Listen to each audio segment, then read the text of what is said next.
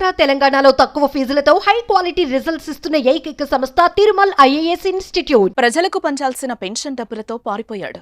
8,43,000 రూపాయలు తీసుకుని కనిపించకుండా పోయాడు. కట్ చేస్తే తానే స్వయంగా ఓ వీడియోను విడుదల చేసి తప్పైంది క్షమించండి అంటూ వేడుకుంటున్నాడు. డబ్బులతో పారిపోవడానికి గల కారణాలు భార్య పిల్లలతో కలిసి వివరించాడు.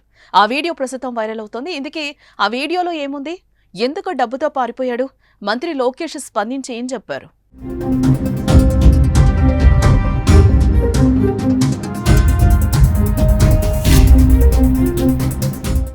రాష్ట్ర ప్రభుత్వం ప్రతి నెల 1వ తేదీన లబ్ధిదారులకు పెన్షన్ల నగదును అందజేస్తోంది. 1వ తేదీన పెన్షన్ ఇచ్చేలా ముందుగానే ప్రభుత్వ యంత్రాంగం ఏర్పాట్లు చేస్తోంది. రాష్ట్రంలో గ్రామ సచివాలయ, వార్డు సచివాలయ సిబ్బంది పెన్షన్ అందజేస్తున్నారు. అందులో భాగంగానే మార్చి నెల పెన్షన్ను 1వ తేదీన అంటే శనివారం పంపిణీ చేసేందుకు ముందు రోజే నగదును గ్రామ సచివాలయ ఉద్యోగులకు అందజేశారు. అయితే పల్నాడు జిల్లా దాచేపల్లి నగర పంచాయతీ పరిధిలోని సచివాలయం 3లో వెల్ఫేర్ అసిస్టెంట్ సంపత్ లక్ష్మీప్రసాద్ పెన్షన్ల పంపిణీ కోసం 8,43,000 రూపాయలు తీసుకున్నారు. కానీ ఆ తర్వాత రోజు పెన్షన్ పంచలేదు. మార్చి 1న పెన్షన్ డబ్బులు అందకపోవడంతో పెన్షనర్లు సచివాలయం వద్దకు వెళ్లి ఆరా తీయగా సంచలన విషయం బయటపడింది. సంపత్ లక్ష్మీప్రసాద్ ఆ డబ్బుతో పారిపోయినట్టు తెలుసుకున్నారు. అధికారులకు సమాచారం ఇవ్వడంతో సదరు ఉద్యోగిపై పోలీసులకు ఫిర్యాదు చేశారు. దీంతో పెన్షన్ డబ్బులతో పరారైన సచివాలయ ఉద్యోగి కోసం పోలీసులు గాలింపు చర్యలు చేపట్టారు.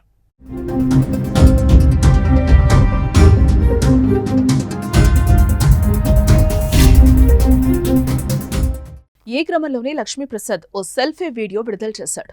తను ఆన్లైన్ బెట్టింగ్లో చాలా డబ్బులు పోగొట్టుకున్నానని, దీంతో అప్పులు పాలయ్యానని వెల్లడించాడు. ప్రభుత్వ సొమ్మును వాడుకున్నందుకు తనను క్షమించాలని కోరిన లక్ష్మీప్రసాద్ నెల రోజుల్లో ఎలాగైనా చేసి మొత్తం డబ్బులను చెల్లిస్తానని హామీనిచ్చాడు.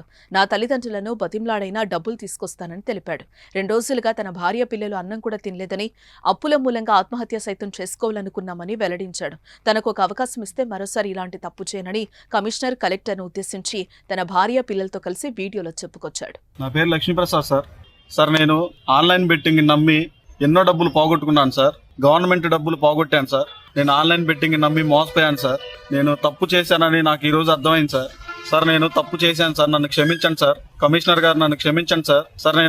నాకు 1 నెల అవకాశం ఇస్తే నేను ఆ డబ్బులు ఎలాగైనా సరే మా అమ్మ మా నాన్నలు బతిలాడుకొని నేను తెచ్చి కట్టగలను సార్. నాకు ఒక అవకాశం ఇవ్వండి సార్. ఈ రోజు నేను చేసిన తప్పు వల్ల నా భార్య పిల్లలు మేమంతా రోడ్డు మీద పడి ఉన్నాం సార్. పిల్లలు 2 రోజుల నుంచి ఏం తినలేదు సార్. ఎన్నో ఇబ్బందులు పడుతున్నాం సార్. నాకు 1 నెల అవకాశం ఇప్పించండి సార్. నేను తప్పు తెలుసుకున్నాను సార్. ఈసారి మళ్ళా రిపీట్ చేయండి సార్. నాకు ఒక్క అవకాశం ఇవ్వండి సార్. కమిషనర్ గారు సార్, కలెక్టర్ సార్, ఒక్క అవకాశం ఇప్పించండి సార్ నాకు. సార్ నేను 1 నెల నాకు సమయం ఇస్తే నేను ఆ డబ్బులు మొత్తం రిటర్న్ చేస్తాను సార్. రెండోసారి జరగదు సార్ ఈ తప్పు.